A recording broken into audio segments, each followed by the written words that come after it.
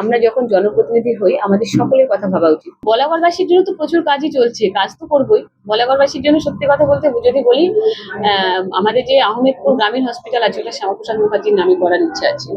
Already ওটা চেষ্টা করছে প্রপোজাল আকারে আমাদের বিধানসভাতে ওটা তোলার।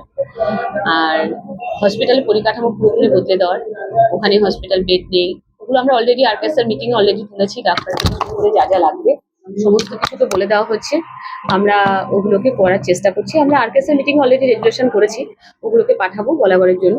আর চেষ্টা করবো যাতে হসপিটালে 24 ঘন্টা ডাক্তার থাকে, প্রাইমারি হেলথ সেন্টার গুলো আছে তার পরিকাঠামোগুলো যাতে একটু পরিবর্তন হয়। অনেক হসপিটাল আছে সেখানে ডাক্তার নেই, নার্স নেই, এগুলো যত তাড়াতাড়ি সম্ভব করা যায়।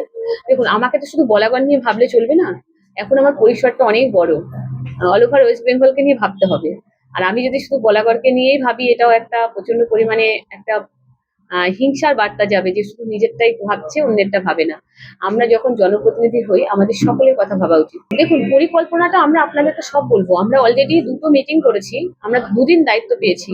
1 মাস হলেও আমরা ক্ষমতায় এসেছি, 2 দিন দায়িত্ব পেয়েছি। এর মধ্যেই আপনাদেরকে যদি আমরা বলি আমরা এই পরিকল্পনা করবো, ওই পরিকল্পনা করবো, পরিকল্পনা করতে গেলেও একটা সুন্দর একটা সবার সঙ্গে একটা সমন্বয় করে করতে হয়। আমাদের তো আরো মিনিস্টার আছেন, আমাদের ডিপার্টমেন্টের যিনি এমআইসি আছেন, আমাদের মুখ্যমন্ত্রী আছেন। দেখুন, মুখ্যমন্ত্রী হচ্ছেন আমাদের অভিভাবক, নিশ্চয়ই তিনি আমাদের গাইডলাইন দেবেন যে কিভাবে কি করলে কি করতে হবে না করতে হবে, আমরা সেভাবে করে আপনাদেরকে জানাবো।